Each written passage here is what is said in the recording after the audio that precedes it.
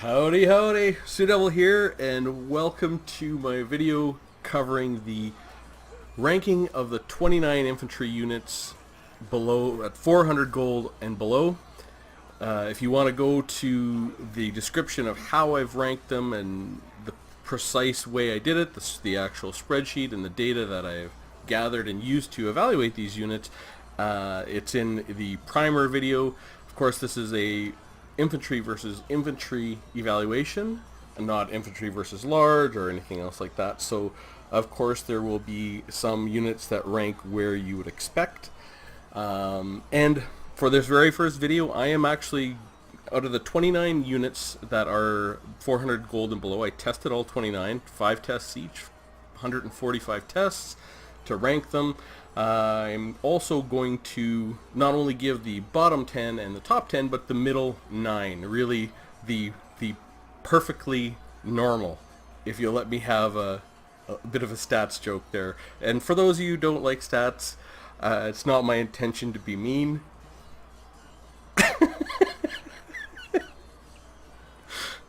Sorry. For those of you who do like stats, whether you like those puns or you don't like those puns, I know you're making your own puns right now. Want to hear them in the comments. So, without further ado, let's go through the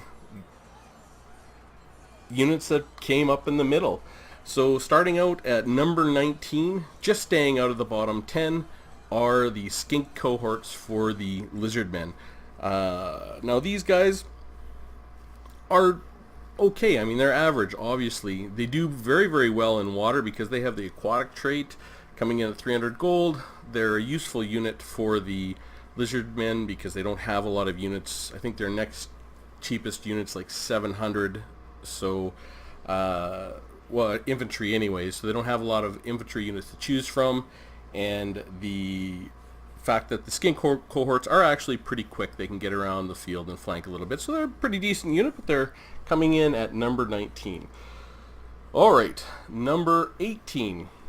Bretonia comes in with a 325 gold with spearmen at arms with shields. Now we know spearmen in an infantry fight are going to generally come in lower than you would expect because they are an anti-large unit. They're meant to defend your backlines and whatnot, and the spearmen at arms at 325 coming in at 18 is actually not all that bad, really.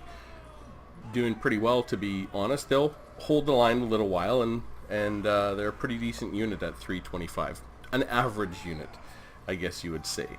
Coming in at number 17, the first big surprise I had in all this testing were the dwarfs at 400 gold with miners with blasting charges.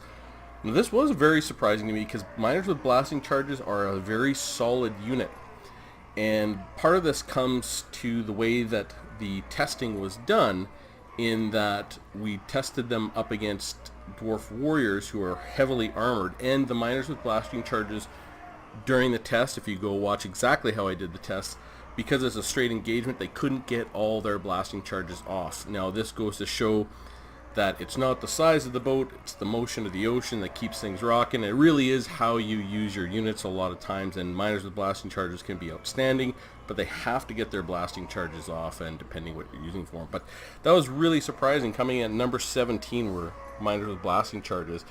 Goes to show that you really do have to use them properly, or they can go to waste. You know, they just bringing good units doesn't mean you win.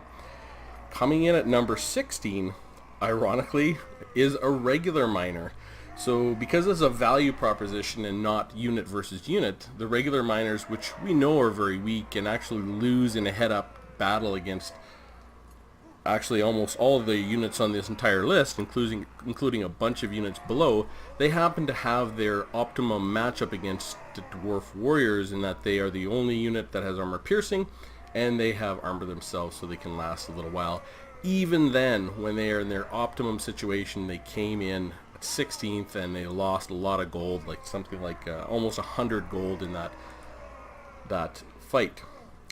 Coming in at number 15, and on the exact average, the most normal, the perfectly mean, I don't know, insert stats meme here, is the Clan Rats with Shields for the Skaven at 375 gold. Now they're right on the peak of that curve, coming in at number 15. They're a good enough unit. They got shields, they can get around the field, they got a few things here and there, but they're really, out of the 400 gold and under units, they are right dead average at number 15.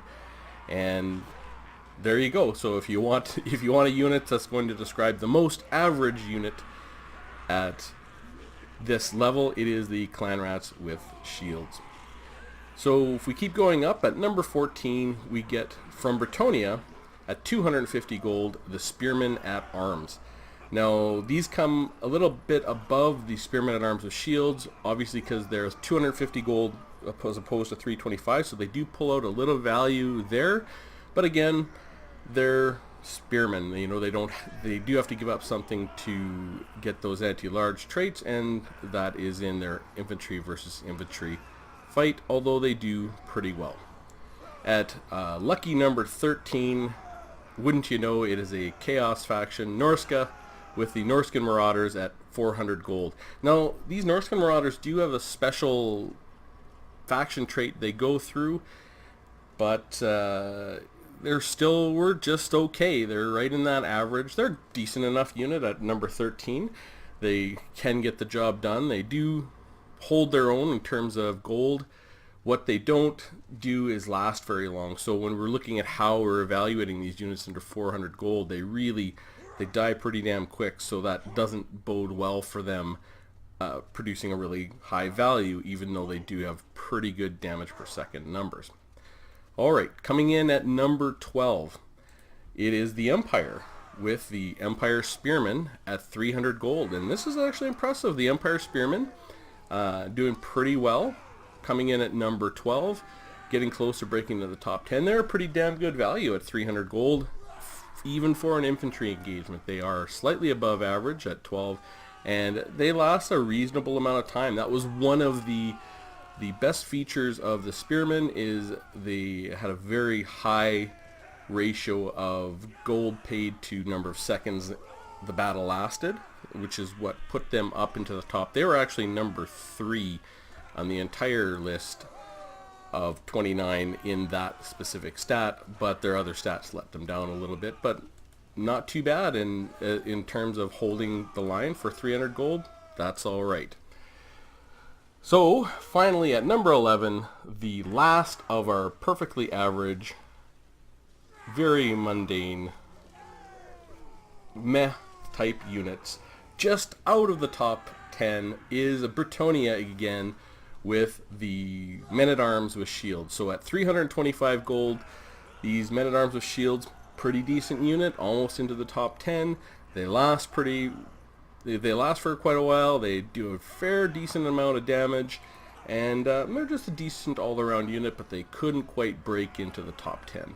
So that is the list. That is the the perfectly normal, the unmistakably mean, the obviously average units at 400 gold and below. I would absolutely love to hear some comments down below, where we're going to go through next and do the bottom 10 of the 29 units at 400, 29 infantry units at 400 gold and below. Then we will go and do the top 10.